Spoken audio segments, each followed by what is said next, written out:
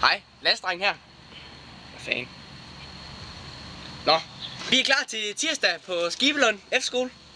Og skal vi komme ind og kigge på det? Ja, det tror jeg nok lige. Kom. Hej med jer.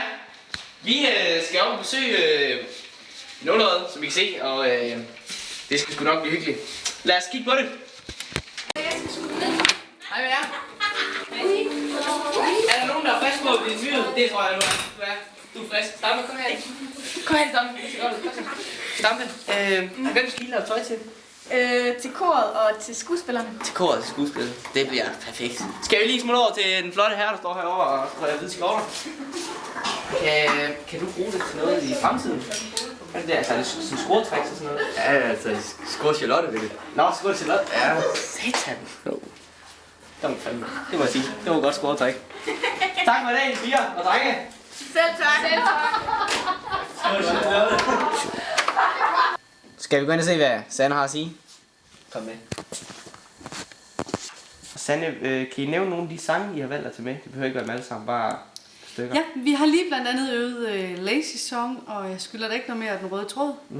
Ja, okay. Føler du, at sangernes stemmer, de er klar? De er mega klar. Det lyder pissegodt. Det bliver pissegodt. Det er jeg glad for at høre. Ja. Super. Tak for det.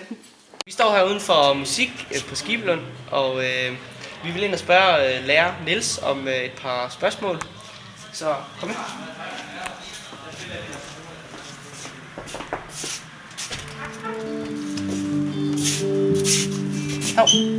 Må vi stille op et spørgsmål? Ja, Perfekt. endelig da. Perfekt. Kan I måske afsløre, hvilke sange I har med? Bare lidt af dem. Altså, vi har noget high matematik med, og vi har noget One Direction, og vi har Liga, Ja. og vi har Bruno Mars. Okay. Og skylder der ikke noget? Altså med Liga, ikke? Ja, med Liga. Ja, Okay. Okay. Hvad ligger I sådan meget vægt på inden for musikken? At man kan høre, hvad det er for noget, vi spiller. Ja. Men pulsen, det er jo vigtigt. Ja, super. Godt. Har I så stødt på nogle forhindringer i dag? Rigtig mange. Men vi er klart med alle sammen. Ja, men det er jo fint.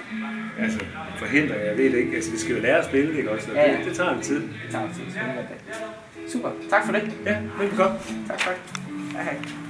Vi står sammen med Svend Erik, som er kulissemand. Og Svend Erik, jeg har lidt par spørgsmål til dig. Dejligt. Hvilke rekvisitter har I tænkt jer med i forestillingen?